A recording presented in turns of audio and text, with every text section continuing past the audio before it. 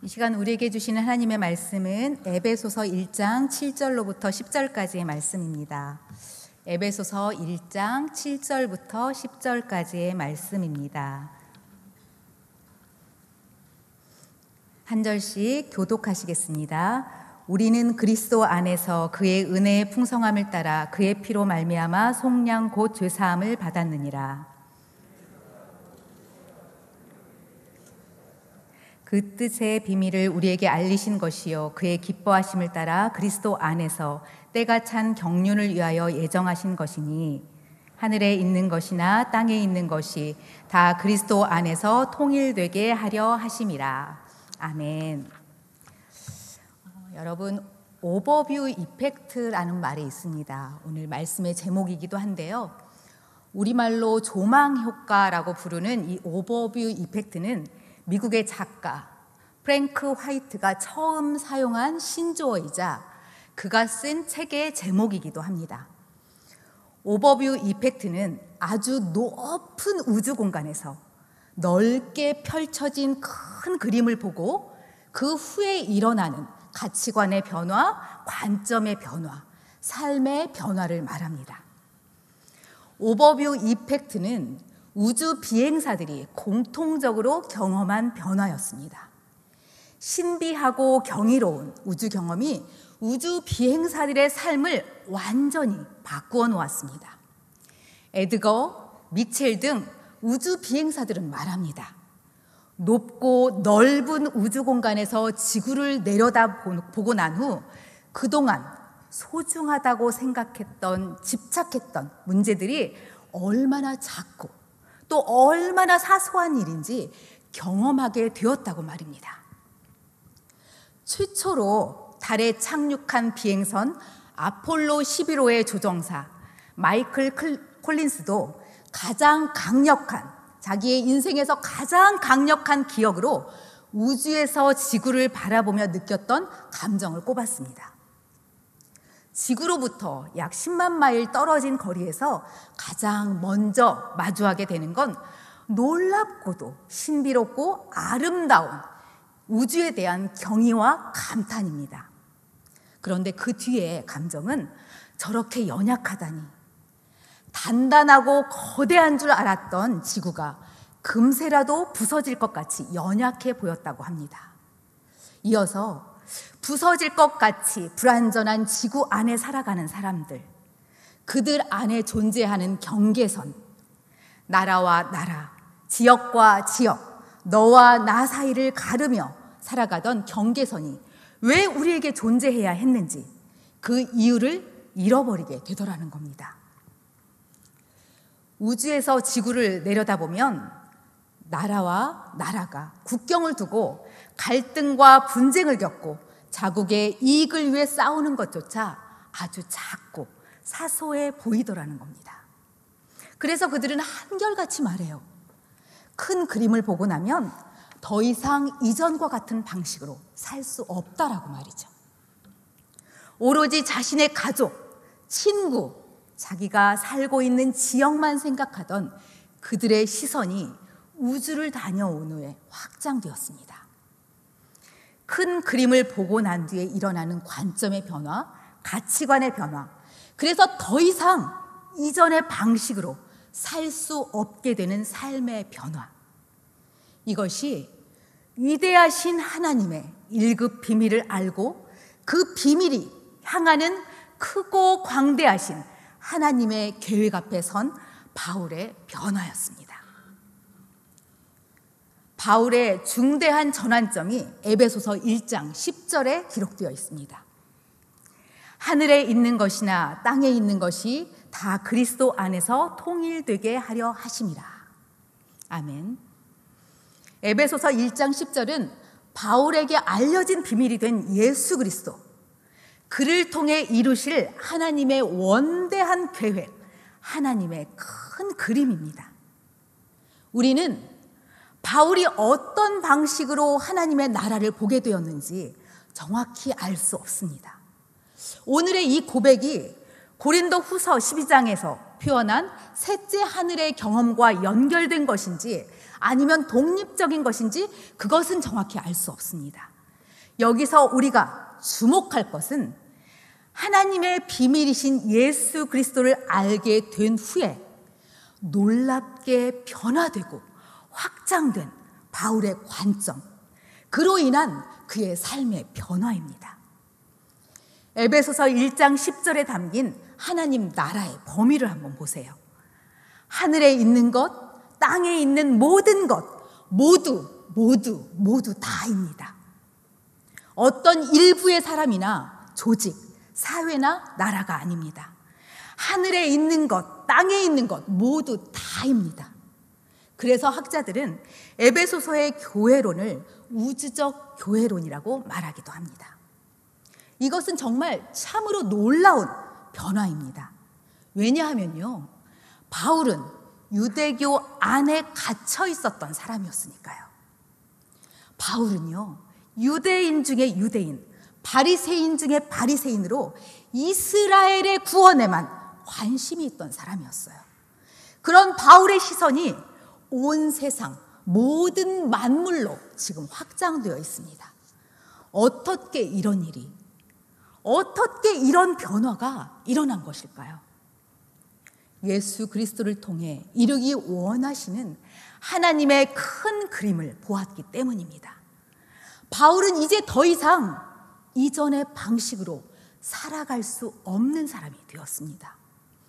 그래서 바울의 관점에 중대한 전환이 기록된 에베소서 1장 10절을 마틴 로이드 존스 목사는 이렇게 말합니다. 이 구절이야말로 에베소서의 실제적 주요 목적을 이해하는 열쇠라고 저는 서슴없이 말씀드립니다. 에베소서 1장 10절이 에베소서를 기록한 전체의 주요 목적이 담긴 열쇠, 키라는 겁니다. 그리고 이어서 또 말합니다. 나아가 이 구절은 모든 성경의 중심 주제를 진술하고 있다고 말할 수 있습니다. 사상의 함축성이나 의미의 범위에 있어서 이를 능가하는 것이 없습니다. 우리가 하늘로 막바로 들어가 이 세상을 향한 하나님의 궁극적 목적이 무엇인가를 우리 스스로 바라보는 것이기 때문입니다. 에베소서 1장 10절은 단지 에베소서를 이해하는 차원을 떠나 모든 성경의 주제, 하나님의 말씀이 담긴 모든 성경 그 전체의 중심 주제라고 말하고 있습니다. 에베소서 1장 10절은 이 세상을 향한 하나님의 궁극적인 목적을 보게 하는 큰 그림입니다. 또한 예수 그리스도를 우리에게 보내신 하나님의 궁극적인 목적이 담겨 있습니다.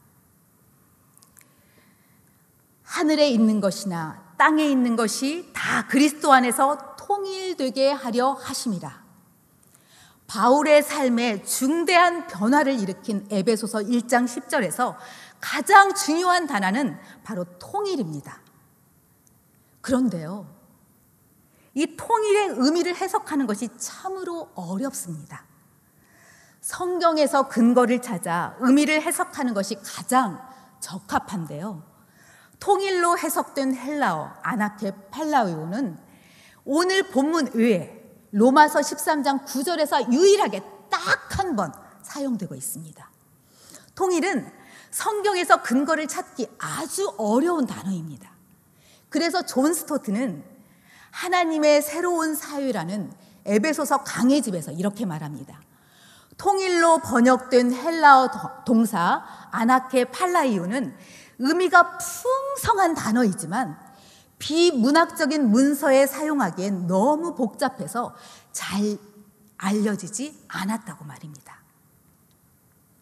그래서 저는 오늘 개정 성경 외에 통일을 다르게 번역하고 있는 성경을 통해 바울이 말하는 통일의 의미를 살펴보려고 합니다. 바울의 삶의 전환을 일으킨 오버뷰 이펙트, 그것은 무엇이었을까요?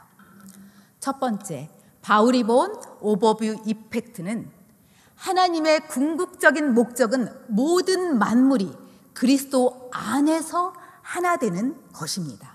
현대인의 성경으로 보여드리겠습니다. 같이 읽을게요. 시작. 그것은 때가 되면 하늘과 땅에 있는 모든 것이 그리스도 안에서 하나가 되도록 하는 것입니다. 현대인의 성경은요, 통일을 하나 되도록 하는 것으로 바꾸어서 번역하고 있습니다. 통일을 의미하는 헬라어 아나케 팔라이오라는 동사는 케팔라이온에서 온 단어로, 케팔라이온은 하나로 모으다라는 의미를 가지고 있기 때문입니다. 하나님의 계획, 그 궁극적인 목적은 그리스도 안으로 제각각 흩어져 있던 모든 것들을 하나로 모으는 것입니다. 나라와 나라, 지역과 지역, 나와 너를 가로막는 담장과 경계선이 사라지고 그리스도 안에서 하나로 모으는 나라입니다. 여러분 생각나시나요? 예전에 제가 국민학교를 다닐 때는요, 한 책상을 두 사람이 사용했어요. 그래서 책상 가운데에 선이 하나 이렇게 그어져 있었습니다.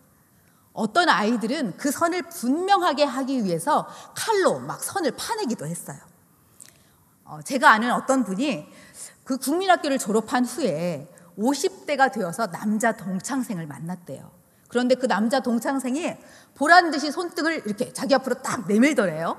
그래서 왜? 라는 생각으로 의아해하면서 손등을 보니까 초록색 점이 하나 있더랍니다. 그래서 손등에 초록색 점이 있네? 그렇게 했더니 그 친구가 하는 말, 네가 선 넘어온다고 연필로 찍은 거잖아. 그러더래요. 우리는 어려서부터 나와 너 사이에 선을 긋는 법을 배웠습니다. 그래야 네가 안전하고 보호받을 수 있다고, 손해보지 않고 네 영역에서 빼앗기지 않는다고 말이죠. 그런데요, 이것이 나라마다 교육 철학이 다르더라고요. 이스라엘에서 살고 있는 한동대 유진상 교수의 경험입니다. 아이가 초등학교에 입학했대요. 그런데 그 1학년 말쯤이 되어갈 때 그 아들이 유독 한 친구와 다툼이 자주 빈번하게 생기고 있었어요. 그래서 유진상 교수는 아들을 어떻게 설득했냐면 몇 달만 참자, 그렇게 설득했어요. 몇 달만 지나면 끝날 거라고 생각했기 때문이죠. 그렇게 다음 해가 되었는데요, 세상에 그 아이가 또 같은 반이 되었더랍니다. 더는 안 되지, 그런 마음이 들어서 학교를 찾아가서 담임선생님과 교장선생님까지 만나셨어요. 그런데 교장선생님께서 이런 말씀을 하셨대요.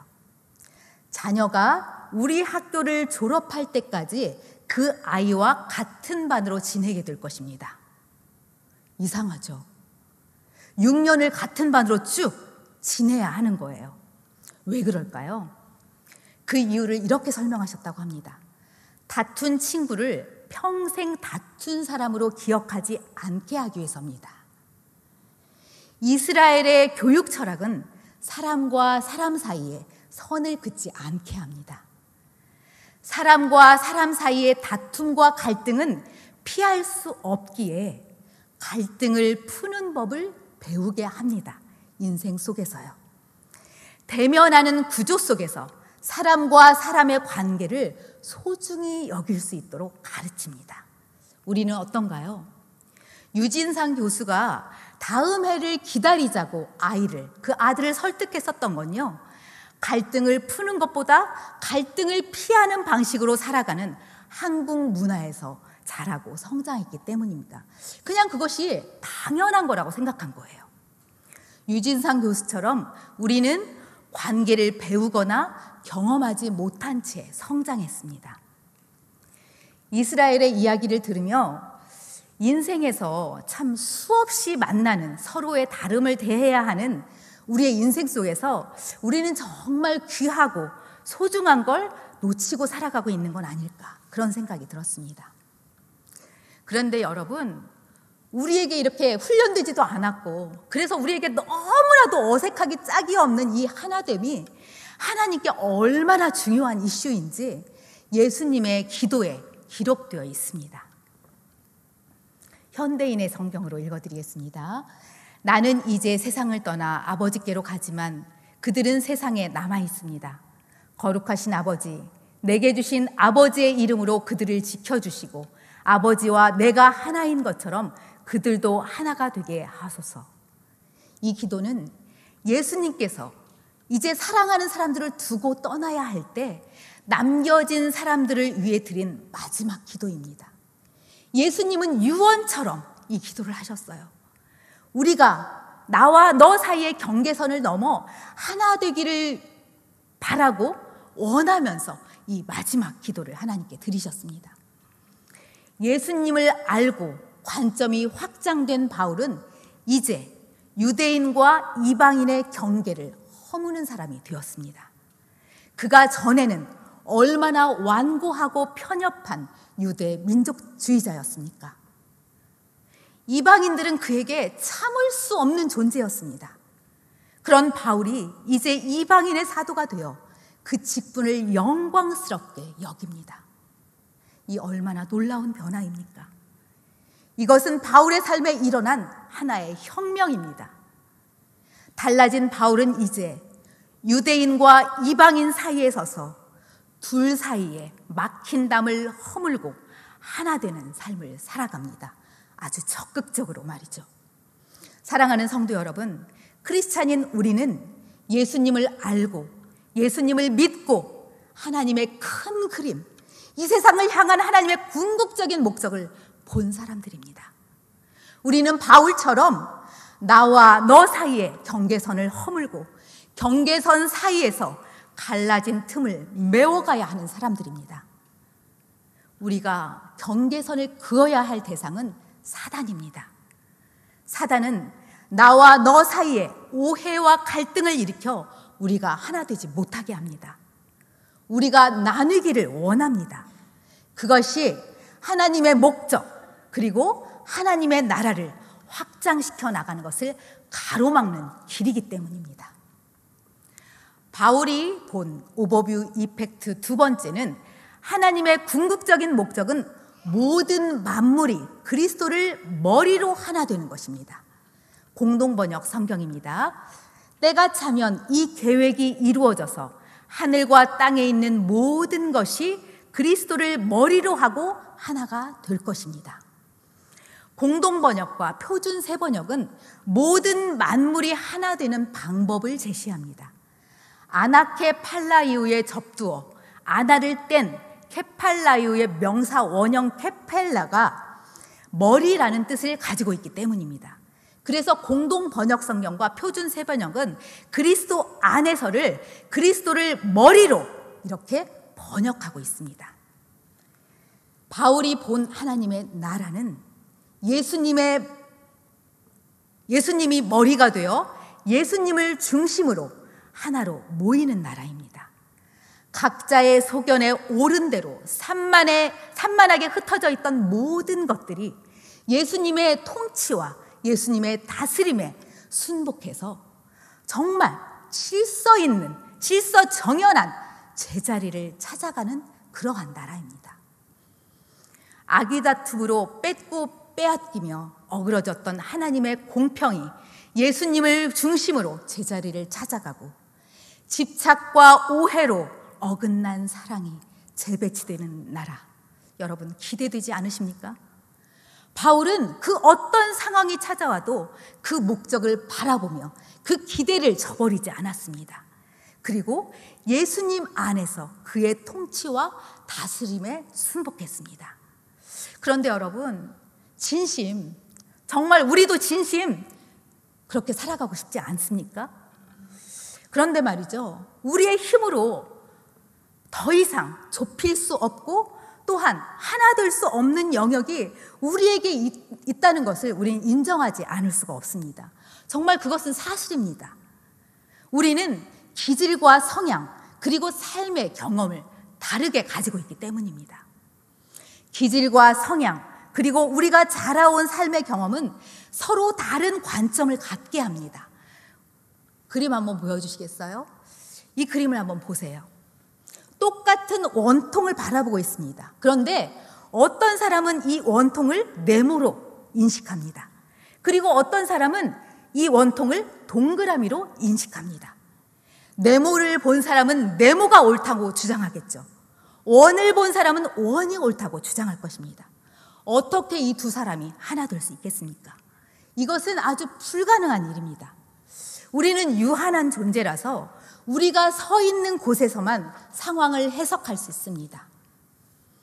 생각이 깊고 넓으면 이해의 폭이 조금 넓어지기는 합니다. 하지만 그 누구도 인간이 지닌 이 유한성의 한계를 벗어나지는 못합니다. 아무리 노력해도 해결할 수 없고 이해할 수 없는 상황 앞에 서면, 그 상황 앞에 놓이면 우리는 주님의 다스림에 순복하는 것조차 너무나도 어려워집니다. 그렇다면 우리는 과연 어떤 방법으로 하나 될 수 있는 걸까요? 우리가 하나 되는 유일한 길이 바로 아까 예수님께서 드렸던 마지막 기도, 그 기도 안에 담겨 있습니다. 같이 읽겠습니다. 시작. 아버지여, 아버지께서 내 안에, 내가 아버지 안에 있는 것 같이 그들도 다 하나가 되어 우리 안에 있게 하사 세상으로 아버지께서 나를 보내신 것을 알게 하옵소서. 우리가 하나 되는 유일한 길은 예수님이 하나님 안에 계셨던 것처럼 예수님을 중심으로 우리가 예수님 안에 거해야 합니다. 예수 그리스도가 하나됨의 출발점입니다. 각 사람이 예수님 안에 거할 때, 그때 비로소 우리는 하나 될 수 있습니다. 마치 우주 공간에서 큰 그림을 보았을 때 집착했던 모든 것들이 사소해졌던 것처럼 우리의 관점이 예수 그리스도를 통해 하나님의 관점으로 확장될 때 각자의 소견에 옳다고 여겼던 우리의 자아가 작아지고 예수 그리스도를 향해 한 마음, 한 뜻, 한 목적, 한 방향을 향해 하나 되어 나아갈 수 있습니다. 이런 공동체 얼마나 멋지고 아름다울까요? 우리가 하나 되는 것 이상으로 이방인과 유대인이 하나 되는 것은 정말 힘든 일이었습니다. 하나님의 택함 받은 백성이라는 유대인의 자부심과 그들의 우월감, 당시 화려한 문화, 헬라 문화의 선도주자라고 하는 이방인들이 가지고 있었던 자부심과 우월감, 그들은 팽팽하게 맞서 있었습니다. 그래서 그들은 상황을 보며 각자의 옳음을 주장했어요. 그래서 빈번하게 갈등이 일어났습니다. 바울이 얼마나 힘들었을까요? 포기하고 싶기도 했을 것입니다. 그러나 그는 흔들리지 않았습니다. 포기하지도 않았고 타협하지도 않았습니다. 그는 모든 마음과 정성과 힘과 뜻을 다해 하나님의 큰 그림을 향했습니다. 하나님의 궁극적인 목적, 예수 그리스도의 통치와 다스림이 온전히 이루어지는 하나님의 나라, 그 나라를 꿈꾸며 자신이 먼저 그의 다스림과 통치 가운데 머물렀습니다. 말씀을 마치려고 합니다. 하나님은 경쟁과 다툼이 난무한 세상 속에서 우리에게 하나님의 큰 그림을 바라보라고 말씀하십니다. 예수님을 중심으로 하나 되어 모든 것이 통일된 완전한 하나님의 나라를 이루는 꿈을 꾸라고 말씀하십니다. 사랑하는 성도 여러분, 오늘은 대림절 두 번째 주일입니다. 여러분은 어떤 마음으로 예수님을 기다리고 계십니까? 우리의 힘으로 해결할 수 없는 문제 앞에서, 또는 오해와 갈등으로 도저히 풀 수 없는 관계 가운데서, 또는 바라고 기도하던 모든 소망이 날아가 버리는 상황 앞에 서 계신다면 그 영역 안으로 예수님을 초대하며 예수님을 기다립시다. 그때가 바로 그곳이 바로 예수님의 통치가 일어나는, 또 하나님과 하나 되는 하나님의 때입니다. 유한한 인생길, 부서질 것 같은 인생길에서 오버뷰 이펙트, 우리의 시선을 주님께 모아드릴 때 우리는 비로소 하나 되어 흔들림 없이 하나님의 목적을 향해 나아갈 수 있습니다. 이 시간 같이 찬양하며 나아가기 원합니다. 날이 저물어 갈 때, 내 힘으로 안 될 때, 정말 빈손인 것 같을 때, 그때가, 그곳이 기다리던 예수님을 만나는 기회의 시간, 하나님의 때입니다. 우리의 마음에 소망하는 마음을 가지고 찬양하겠습니다.